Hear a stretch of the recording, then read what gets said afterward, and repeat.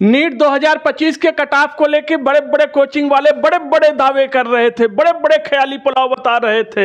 हमारे बच्चों cut off इतना जा रहा है, हमारे कोचिंग हमारे बच्चों कट ऑफ इतना जा रहा है। हमने कहा बच्चों रिलैक्स रहो, पीसी सर के पास कोचिंग का बहुत बड़ा तजुर्बा है, बहुत बच्चे मैं पढ़ाता हूँ, कट ऑफ बहुत नहीं जाना है। इस हिसाब से एनटीए ने पेपर बनाया था जो कि किसी क्वालिटी का पेपर नहीं था, वो जेई लेवल का पेपर सेट कर दिया था और कट ऑफ बहुत कम जाएगा।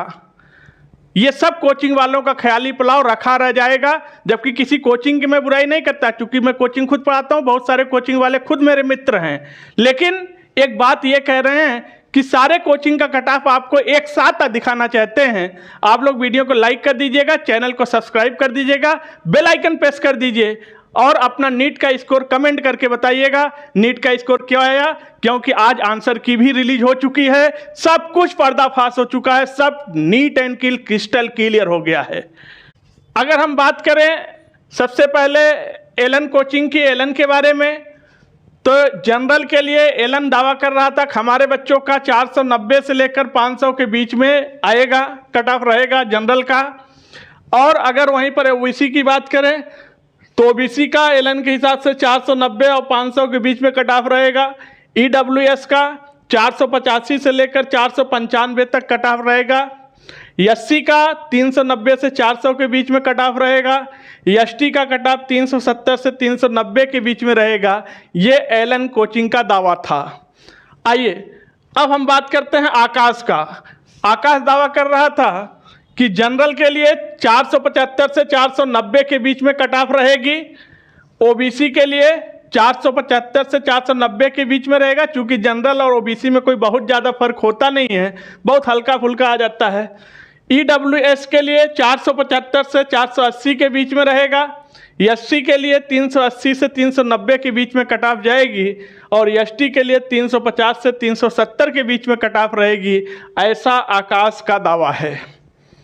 क्योंकि बहुत सारे बच्चे बोल रहे थे सर सारे कोचिंग का एक साथ कंपेयर कर दीजिए, बताइए, तो हमने कहा चलो एक साथ करके आपको बता देते हैं।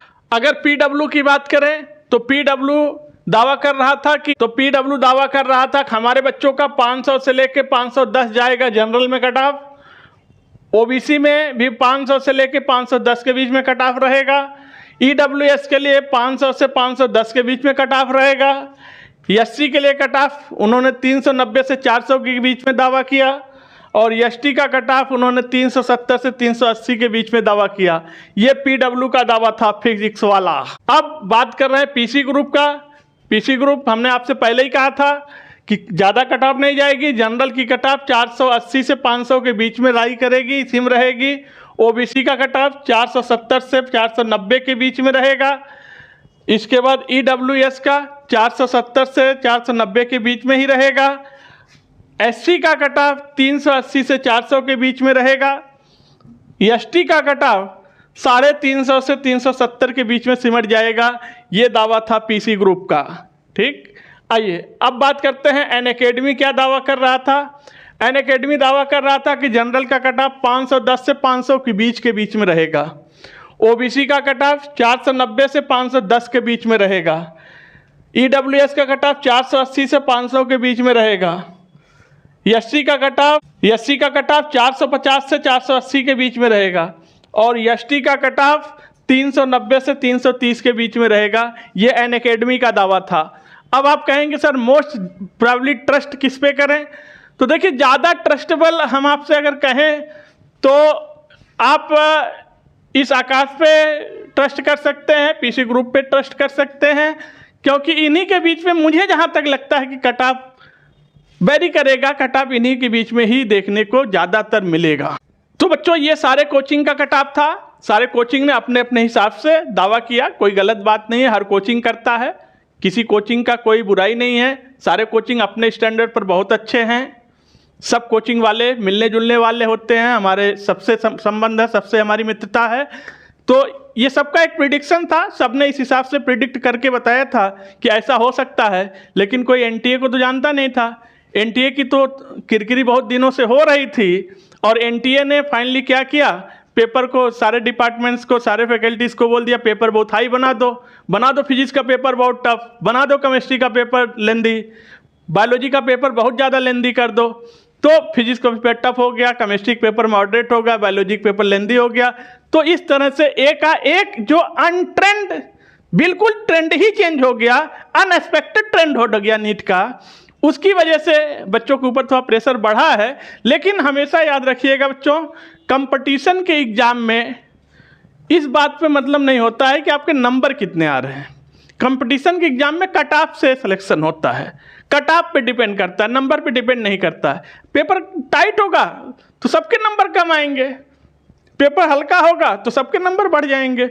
यानी कहने का मतलब है कि थोड़ा सा दिक्कत होता है बच्चों के, जिस हिसाब से बच्चे पढ़ के गए उस हिसाब से नहीं आया क्वेश्चन, तो बच्चों को कष्ट होता है कि नहीं इतना मेहनत किया, रात रात भर जग के मेहनत किया, हॉस्टल में पढ़ा, बाहर से खाना खाया, दूर से आके घर से रह रहे हैं, लेकिन उस हिसाब से पेपर नहीं हुआ। तो ये कष्ट तो बच्चों को होता है, इसमें कोई शक की बात नहीं है, और होना भी चाहिए। क्योंकि ऐसा बोल देना कि चलो कोई बात नहीं अगले साल ट्राई कर लेना, तो ये बोलना तो आसान होता है, लेकिन वो आसान होता नहीं है।